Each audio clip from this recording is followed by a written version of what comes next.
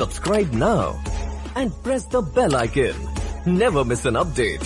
जय हिंद। देखिए 15 जनवरी 2023 को नेपाल में येती एयरलाइन का विमान क्रैश कर गया। अब उस समय हमको कुछ ज़्यादा बताने के लिए था नहीं, क्योंकि वो विमान क्यों क्रैश किया अब वो उसका कोई डिटेल था नहीं यहाँ पे।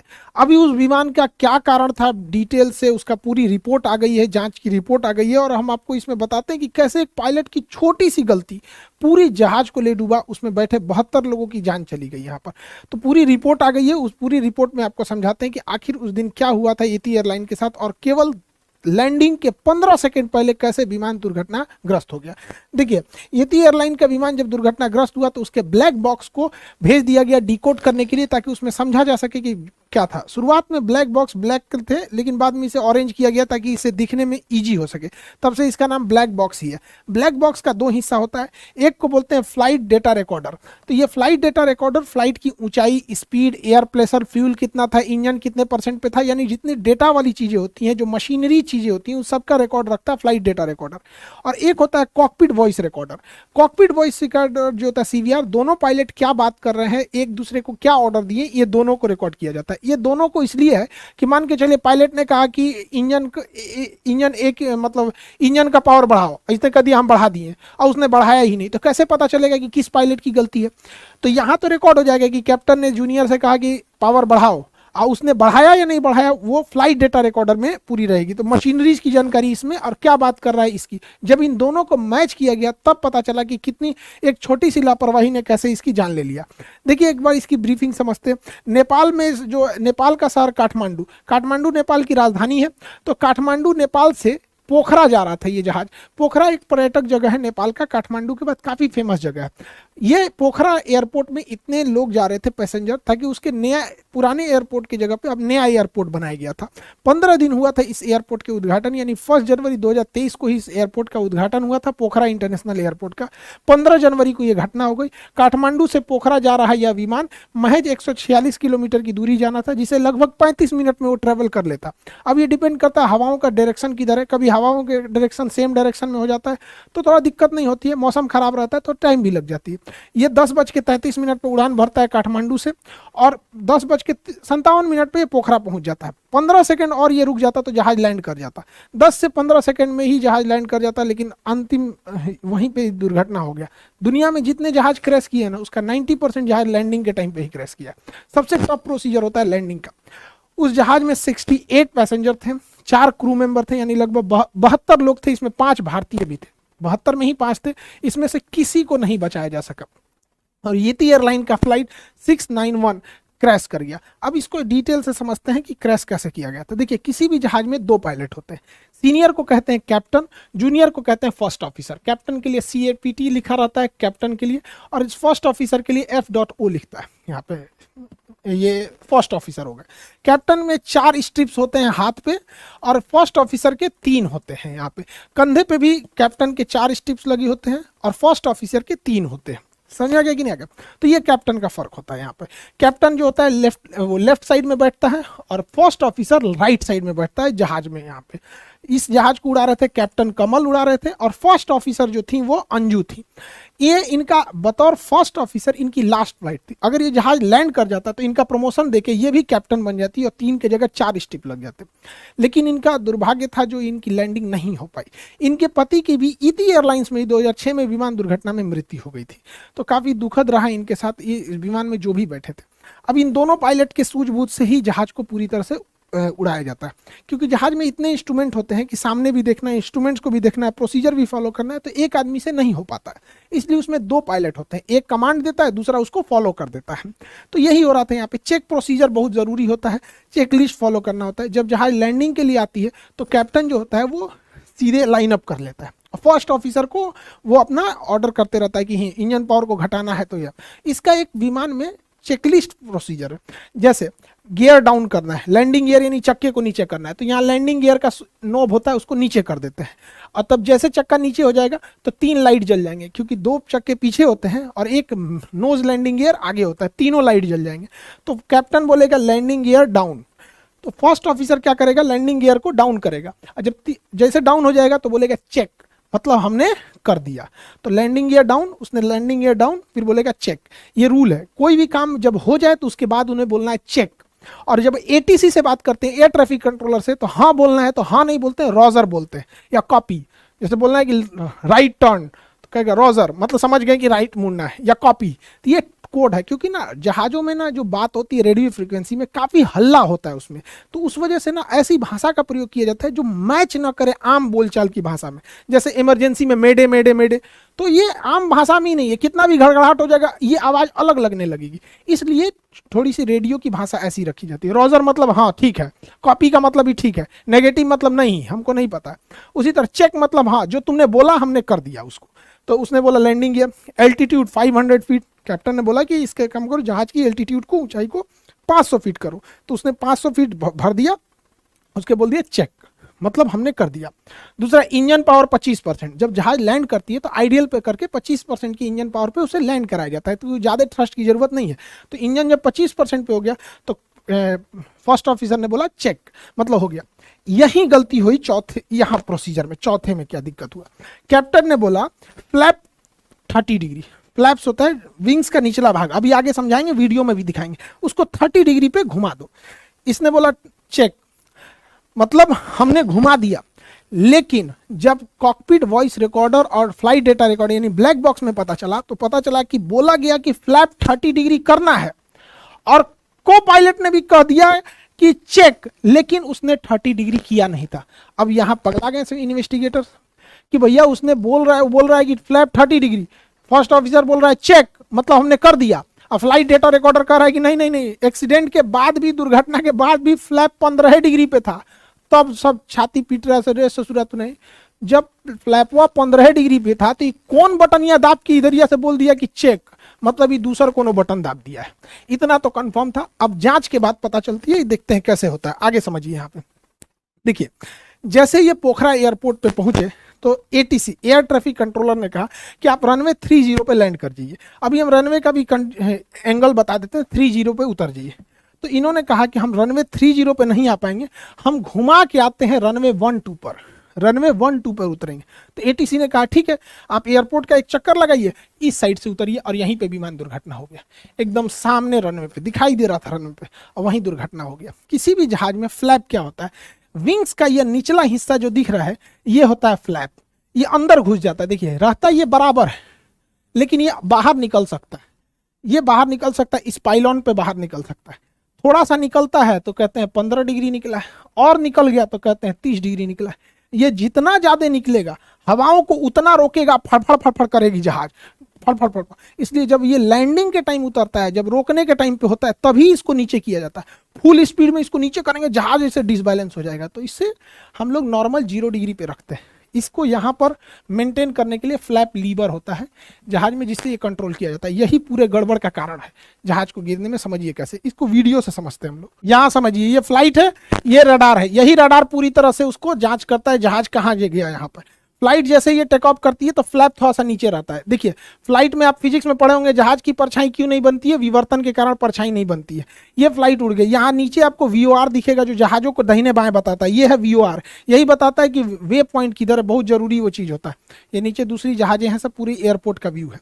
देखिए जब जहाजें उड़ती हैं तो फ्लैप को हल्का सा नीचे रखा जाता है, लेकिन वापस फ्लैप को खींच लेता है। देखिए जहाज को पायलट जो है ना, इसको खींच रहा है, इसको वापस खींच के बराबर कर दिया ताकि हवाओं का ड्रैग कम से कम लगे, हवाओं का झटका कम से कम लगे। देखिए एकदम 0 डिग्री पे एकदम बराबर कर दिया है फ्लैप को, लेकिन उतरने के टाइम इसको कम करेगा। आप गौर से देखिएगा, पूरा फ्लैप बराबर है एकदम।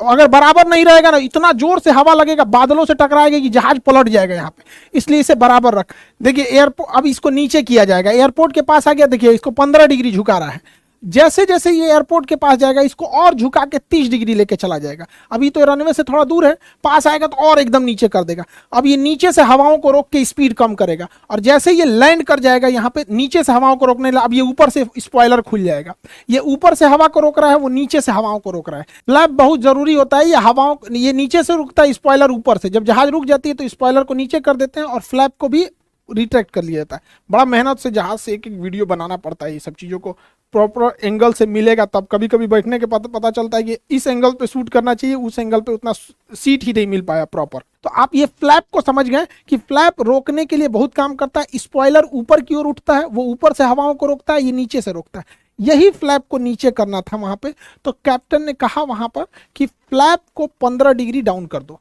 ये फ्लैप है, यहाँ पर फ्लैप को 15 से 30 करना था, 15 डिग्री के बजाय इसको और घटा के 30 करना था। तो कैप्टन ने कहा कि फ्लैप 30 डिग्री। तो कैप्टन ने कहा चेक, मतलब 30 कर दिए, लेकिन उन्होंने नहीं किया।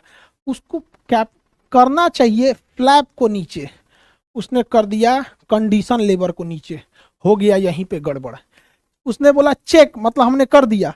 इस नॉब को नीचे करने के बजाय इस नॉब को नीचे कर दिया गया यहाँ पे, और ये हो गया गड़बड़। ये था condition lever. Condition lever fuel supply करता है, और जैसे ही इसको नीचे किया गया इसका फ्यूल सप्लाई बंद हो गया। और उड़ते जहाज में अगर फ्यूल सप्लाई बंद हो जाएगा तो क्या होगा? ये थ्रोटल है, ये स्पीड को बढ़ाता है, उसके इंजन पावर को बढ़ाता है यहाँ पे। अब इतने नीचे हाइट पर आने के बाद जहाज इतना नीचे आ गया है, 500 फीट पे आ गया है, और इंजन अचानक बंद हो जाएगा तो पावर मिलना ही बंद हो गया। और कैप्टन ने पहले ही लैंडिंग की तैयारी करने के टाइम पे इंजन के पावर को 25% कर दिया था। अब वो पावर हो गया 25% से 0%। अब वो डिसबैलेंस होने लगा। पायलट को समझ में नहीं आ रहा है कि हो क्यों रहा है। पायलट अपना पूरा दिमाग लगा रहा है। उसने जो कंडीशन लीवर तो हो गया 0, फ्यूल सप्लाई हो गया बंद। अब उसने क्या किया? थ्रोटल को बढ़ा दिया। थ्रोटल पावर दे रहा है इंजन में भयानक पूरा। अरे भैया, इंजन में फ्यूल नहीं आ रहा है, आपके पावर देने से क्या हो जाएगा? जहाज की पूरा डिसबैलेंस हो गया।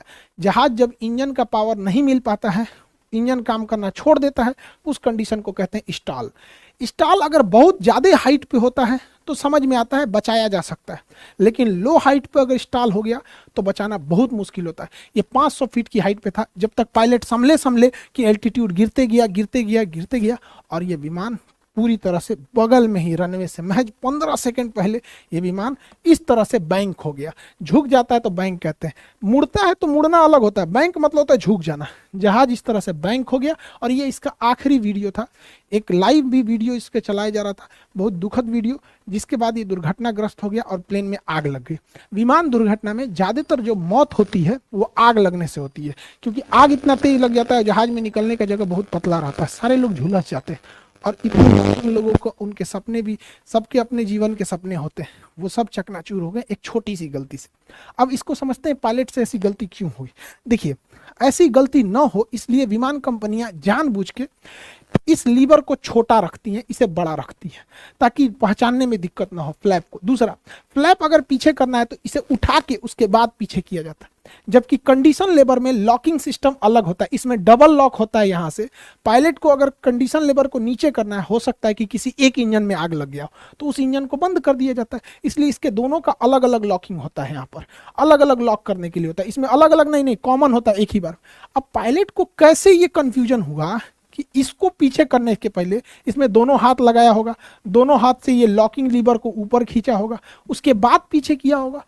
फिर भी उसको ध्यान नहीं आया कि लॉकिंग लीवर तो हम कंडीशन लीवर के लिए करते हैं, फ्लैप के लिए तो बस इसको उठा के पीछे किया जाता है। यहाँ पे एक यहाँ गलती हुई, मान के चलिए ये गलती हो गई तो पायलट को कोई ना कोई अलार्म तो मिलना चाहिए ना।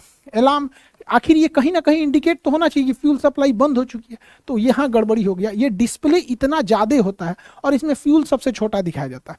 ये इतने डिस्प्ले में एक होता है प्राइमरी फ्लाइट डिस्प्ले, ये होता है इसमें जहाज की एल्टीट्यूड कितनी है, उसका वर्टिकल स्पीड कितना है, स्पीड कितनी है, विंड डायरेक्शन कितना है, ये सब चीज़ें, बाहर का टेम्परेचर क्या है, ये सब इसमें दिखाता है। ये दो होता है, कैप्टन के लिए भी होता है, फ्लाइट ऑफिसर के लिए, उसे प्राइमरी फ्लाइट डिस्प्ले कहते हैं। तो ये पीएफडी डिस्प्ले होता है। इसके बगल में नेविगेशन डिस्प्ले होता है, इसमें जहाज दोनों साइड में होता है, नेविगेशन डिस्प्ले दोनों साइड में। इसमें जहाज किस डायरेक्शन में जा रहा है, उस कितना एंगल पे उड़ रहा है, और आगे बादल है या नहीं, मौसम खराब है कि नहीं, ये नेविगेशन डिस्प्ले पे दिखाता है। वे पॉइंट कहाँ से दाहिने और बाएं मुड़ना है। अब इसके बीचों बीच में एक डिस्प्ले होता है जिसे कहते हैं engine status display. Engine status, इसी में फ्यूल दिखाता है। अब बताइए, इतना छोटा है इंजन स्टेटस, इसको हम बड़ा करके यहाँ जूम करते हैं। देखिए, इतना बड़ा स्क्रीन है, इसमें दिखा रहा है कि जहाज का इंजन, एक नंबर इंजन 21% पे है, दूसरा भी 21% पे है। इंजन का जो धुआं निकल रहा है, उसकी जो वो है आपका टेम्परेचर, उसका 459, इसका 461 डिग्री, ये टेम्परेचर दिखा रहा है। फ्यूल कहाँ दिखाता है? तो यहाँ दिखाता है। कि इसमें 1453 लीटर फ्यूल है। इतना छोटे एरिया में दिखा रहा है। अब तो हम यहाँ बड़ा करके दिखा रहे हैं ना। आप सोचिए नेविगेशन डिस्प्ले में यहीं पे दिखाता है ये रहा फ्यूल। अब पायलट को उतना ध्यान नहीं जाता है यहाँ पर, इतना छोटा सा ये navigation display, engine status display. Height हम क्यों कर रहे हैं? अगर बहुत हाइट पे इंजन इंस्टॉल करता है तो पायलट बचा ले जाता है, उसको सोचने समझने की फुर्सत होती है। 30,000 फीट से जहाज नीचे आते आते 10 मिनट लग जाता है, अच्छा खासा समय लग जाता है उसको, क्योंकि वो फिर ग्लाइड करते हुए आता है। ये इतना नीचे था कि पायलट समझे समझे समझे कि गड़बड़। यही घटना अगर हाइट पे हुई रहती तो पायलट कंफर्म बचा ले आता, लेकिन बेचारा पायलट करे तो क्या करे, 500 फीट हाइट बची थी यहाँ पर। तो यहाँ पर कट हो गया, ये शो कर रहा था। दूसरा, अलार्म जब बजने लगता है ना तो T T T T T T करके 4-5 गो बजने लगता है, तो समय भी तो मिलना चाहिए। और पायलट के ऊपर प्रेशर, ये उस दिन की तीसरी फ्लाइट थी। सोचिए सुबह 10:30 बजे तक तीसरी फ्लाइट में बैठा दिया गया पायलट के ऊपर। कितना प्रेशर दिया जा रहा है एयरलाइन कंपनी के ऊपर पायलट के, कोई नहीं जानता है पायलट के ऊपर कितना प्रेशर है। दुर्घटना हुआ, सीधा ब्लेम डाल दो पायलट के ऊपर। पायलट से गलती हुई, लेकिन उसका स्ट्रेस कितना है। सुबह से ये तीसरी फ्लाइट थी पायलट के ऊपर। जहाज को लैंड कराना सबसे क्रूशियल चीज होता है। अप्रोच चार्ट मिला होता है, इसमें 5 सेक्शन होते हैं। ये आपका लेआउट होता है एयरपोर्ट का, कि एयरपोर्ट लेआउट कहाँ है। ये निचला हिस्सा होता है, ये इसमें मिनिमम्स लिखे होते हैं कि मिनिमम एल्टीट्यूड कितनी होनी चाहिए, डिसीजन हाइट कितना है कि 650 फीट की ऊंचाई पे आपको डिसीजन ले लेना है कि उतारना है कि नहीं है। रनवे विजिबिलिटी 1.5 किलोमीटर है। ये मिनिमम्स बताता है कि कम से कम इतनी चीज़ें होनी चाहिए। इसके ऊपर आपको ये वाला जो होता है, ये एरिया प्रोफाइल बताता है कि इसमें इसी हिसाब से जहाज को लाना होता है। ना ज्यादा हाइट होना चाहिए, ज्यादा हाइट हो जाएगा तो रनवे के ऊपर गिर जाएगा, हाइट इससे कम हो गया तो पहले ही थुथुर कूच लेगा। तो इसी के बीच में 3 डिग्री पे उतारना होता है। अब ये मैच कराना है degree by degree, height by height, कितना टफ होता है। उसके बाद ये प्लान व्यू होता है। प्लान व्यू में जहाज को ना दाहिने रखना है ना बाएं, दाहिने बाएं रखेंगे तो एन्ने उन्ने उलट जाएगा। इसके अलावे अगर मिस अप्रोच हो गया, पता चला आते आते कोहरा हो गया, नहीं दिखा, तो कहाँ भागेगा? ऐसा थोड़ी अरे कोहरा है भागो भागो, कहीं लेके घूम जाएगा, लड़ा देगा किसी और में। उसमें मिस अप्रोच का प्रॉपर पॉइंट होता है कि अगर मिस अप्रोच हो गए तो यहाँ प्रॉपर लिखा होता है कि आपको 2100 फीट तक क्लाइंब करना है, फिर टर्न लेफ्ट होना है, उसके बाद वहाँ होल्डिंग पैटर्न को फॉलो करना है, इन बाउंड आउट बाउंड। तो ये काफ़ी लंबा चौड़ा होता है, इस वजह से उनके ऊपर स्ट्रेस बहुत हो जाता है। इसके अलावा नेपाल का एक बहुत पुराना इतिहास रहा है। नेपाल में बहुत सारे दुर्घटनाएं होते हैं, जिसका एक बड़ा कारण होता है नेपाल का पहाड़ी एरिया। पहाड़ी एरिया में मौसम अचानक चेंज हो जाते हैं। इसके अलावा नेपाल में बादल जो होता है पहाड़ों के पीछे, बादल के पीछे पहाड़ छुपे होते हैं। तो अमूमन पायलट को अगर बादल नहीं दिखा तो क्रॉस कर जाएगा और जाके पहाड़ में टकरा जाएगा। ऐसा ही एक बार पाकिस्तानी इंटरनेशनल एयरलाइन PIA के साथ हुई थी। काठमांडू के समय स्टेप डिसेंट के समय वो पहाड़ से टकरा गया था। तो नेपाल में ये बहुत बार होता है। हालांकि इससे बचने के लिए आगे रेडॉन एरिया में रडार लगाया गया होता है, वो इसको बता देता है। वो हम आगे नेक्स्ट वीडियो में हम जहाज का रडार कैसे काम करता है और ये किस तरह से पायलट को इन्फॉर्म करता है कि आगे बारिश हो रही है, मौसम खराब है, जहाज में टर्बुलेंस आएगा कि नहीं आएगा, पहाड़ तो नहीं है बादल के पीछे, कैसे पता चलता है, इसको नेक्स्ट